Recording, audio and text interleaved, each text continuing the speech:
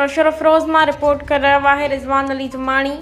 मोरो में गडियल कॉम्प्लेक्स जमातुन तरफा जीए सिंध महाज SUP जसकम बशीर खान सनान खान जसकम आरिसर तरफा शहीद अब्दुल रज़ाक चौक खां गडियल रैली कढी वई, जंहिंजी अॻवाणी जीए सिंध महाज डिविज़नल अॻवाण अबरार मोराई, मोरो अॻवाण हनीफ राहू, दानिश मेमण, SUP अॻवाण यासीन सुमरो, GM साबिक़े जसकम बशीर खान सनान खान कुरैशी, जगदेश कुमार नईम पीरज़ादो, जसकम आरिसर अॻवाण साजन कुमार ऐं ॿिया अॻवाण करे रहिया हुआ। रैली शाही बाज़ार मेन रोड मोरो खां थींदे प्रेस क्लब मोरो वटि पहुची। मथियनि अॻवाणनि खां अलावा जीए सिंध महाज अॻवाण कामरेड फ्री जी मोराई, न्याज़ सिंधी, राजा देशी, इब्राहिम आलिमाणी समेत मोरो जे शहरनि वॾे अंग में शरीक थिया।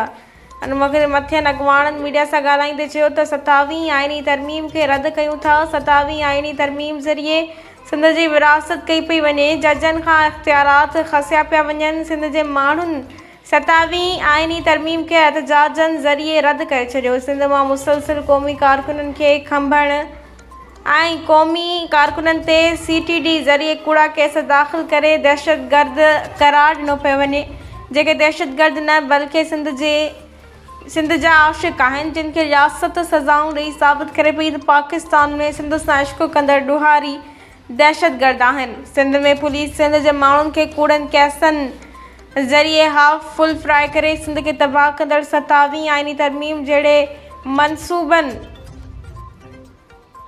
तां सिंधी क़ौम जो ध्यानु हटाइणु आहे, जेके अदालतुनि खां मथां गैर क़ानूनी क़दम आहे, जंहिं ख़िलाफ़ सिंध समूरी सरापा एहतजाज बणियल आहे।